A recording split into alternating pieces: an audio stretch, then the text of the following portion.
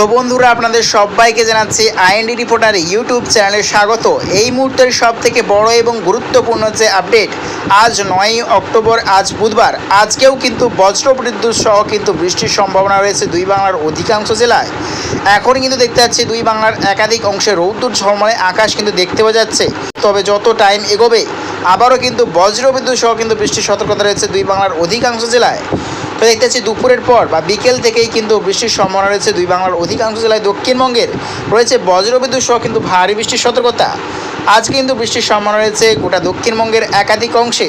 পশ্চিমবঙ্গের ক্ষেত্রে রয়েছে বর্ধমান, খাটুয়া, কৃষ্ণনগর, চন্দননগর, আরামবাগ, বাঁকুড়া, দুর্গাপুর, পুরুলিয়া এবং রয়েছে কৃষ্ণনগর, নদিয়া, গোটা মুর্শিদাবাদ, নৈহাটি, চিত্তরঞ্জন, সুইলরি, আরও কিন্তু দেখতে পাচ্ছি আমরা কলকাতা, দক্ষিণ চব্বিশ পরগনা, উত্তর চব্বিশ পরগনা কিছুটা অংশ, কোলাঘাট, খড়গপুর, জামশেদপুর, রয়েছে পূর্ব মেদিনীপুরের কিছুটা অংশ নিয়ে কিন্তু আজকে বৃষ্টির সম্ভাবনা রয়েছে। বাংলাদেশের ক্ষেত্রে রয়েছে আজকে একাধিক অংশে বজ্রবিদ্যুৎ সহ বৃষ্টির সম্ভাবনা।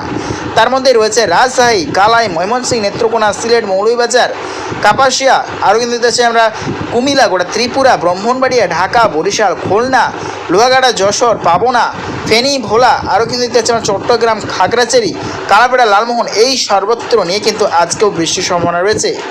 দেখতে পাচ্ছি আমরা মালদারও কিছুটা অংশ নিয়ে কিন্তু আজকে বৃষ্টির সম্ভাবনা রয়েছে। তো যত টাইম এগোবে আগামীকালের দিকেও এগোবো, কীরকম পরিস্থিতি দেখতে চলেছে দুই বাংলার ওপর আমরা দেখে নেওয়ার চেষ্টা করব। তো আগামীকাল বৃহস্পতিবার 10ই অক্টোবর, দেখতে পাচ্ছি 10ই অক্টোবর বৃহস্পতিবার, আগামীকালকেও কিন্তু বৃষ্টির সম্ভাবনা রয়েছে দুই বাংলার অধিকাংশ জেলায়। রয়েছে বাংলাদেশের ওপর প্রবল বৃষ্টিপাতের সতর্কতা, রয়েছে প্রবল বজ্রপাতেরও কিন্তু সতর্কতা রয়েছে। গোটা দক্ষিণবঙ্গে সর্বত্র চলবে বাংলাদেশের বৃষ্টির সম্ভাবনা। পশ্চিমবঙ্গের ক্ষেত্রে রয়েছে দক্ষিণবঙ্গে দুই এক জায়গাতে চলবে বজ্রবিদ্যুৎ সহ বৃষ্টির সম্ভাবনা। তার মধ্যেই রয়েছে দুই চব্বিশ পরগনা এবং রয়েছে আরামবাগ, চন্দননগর, কোলাঘাট এবং রয়েছে চন্দ্রকোনা, বাঁকুড়া, দেখতে আমরা খড়গপুর, আরও কিন্তু দেখতেই পাচ্ছি আমরা গোটা মুর্শিদাবাদ, মালদা এবং ধুলিয়ানা সাইডে কিন্তু বৃষ্টির সম্ভাবনা রয়েছে।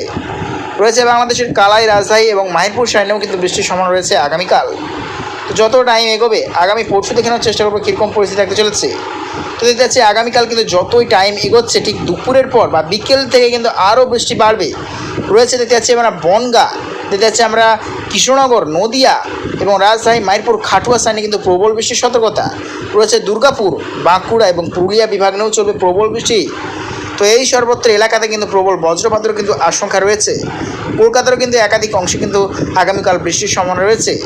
যতই টাইম এগোবে আগামী পরশু দিন যদি চলে যায় 11ই অক্টোবর, দেখা যাচ্ছে আগামী পরশু দিনেও কিন্তু বৃষ্টির সম্ভাবনা রয়েছে দুই বাংলার একাধিক অংশে।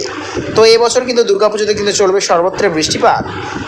তো দেখে নেওয়ার চেষ্টা করবো কবে থেকে এই নিম্নচাপ সরবে দুই বাংলার ওপর থেকে।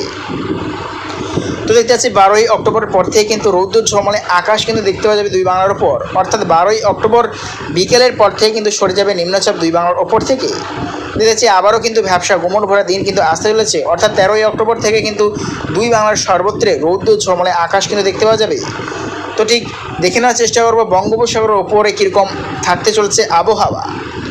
তো দেখতে পাচ্ছি আবহাওয়া অনুযায়ী, দেখতে পাচ্ছি লাস্ট আপডেট অনুযায়ী দেখতে পাচ্ছি 17ই অক্টোবর বৃহস্পতিবার বঙ্গোপসাগরে প্রচণ্ড পরিমাণে শক্তি সঞ্চয় করছে ঘূর্ণাবর্ত। তারই ভাবে গোটা দক্ষিণ ভারত, অন্ধ্রপ্রদেশ এবং মহারাষ্ট্র, মধ্যপ্রদেশ, মুম্বাই, কেরল, কর্ণাটক এবং উড়িষ্যা সর্বত্র প্রবল ঝড় বৃষ্টির সতর্কতা রয়েছে আগামী দিনে। তো এদিকে দেখতে পাচ্ছি আরব সাগরেও কিন্তু প্রবল শক্তি সঞ্চয় করছে ঘূর্ণিঝড়। দেখতে পাচ্ছি এই ঘূর্ণিঝড়ের নাম কিন্তু হতে চলেছে দানা। এই ঘূর্ণিঝড়ের নাম হচ্ছে দানা। তা কিন্তু পরবর্তী টাইমে কোন জায়গায় ল্যান্ডফল করতে চলেছে প্রবল শক্তি সঞ্চয় করে আমরা দেখানোর চেষ্টা করব। তো দেখতে পাচ্ছি 14ই অক্টোবর সোমবার কিন্তু প্রবল শক্তি সঞ্চয় হয়ে কিন্তু ঘূর্ণিঝড়ের রূপ নেবে। তা পরবর্তী টাইমে দেখতে পাচ্ছি আমরা ওমানের দিয়ে কিন্তু অগ্রসর হচ্ছে ঘূর্ণিঝড়। ওমান বা ইয়েমেনের যে কোনো অংশে কিন্তু আসতে চলেছে 18ই অক্টোবর। এর সর্বোচ্চ গতিবেগ দেখে নেওয়ার চেষ্টা করবো কত কিলোমিটার থাকতে চলেছে। তো দেখতে পাচ্ছি এই ঘূর্ণিঝড়ের সর্বোচ্চ গতিবেগ কিন্তু থাকতে চলেছে প্রায় ঘন্টায় 90 থেকে 100 কিলোমিটার কিন্তু থাকতে চলেছে এই ঘূর্ণিঝড়ের সর্বোচ্চ গতিবেগ। তো প্রিয় দর্শক বন্ধুরা, এরকম প্রত্যেকদিন লেটেস্ট আপডেট পেতে অবশ্যই আমার চ্যানেল সাবস্ক্রাইব করে নিও। তো আজ এটুকুটাই।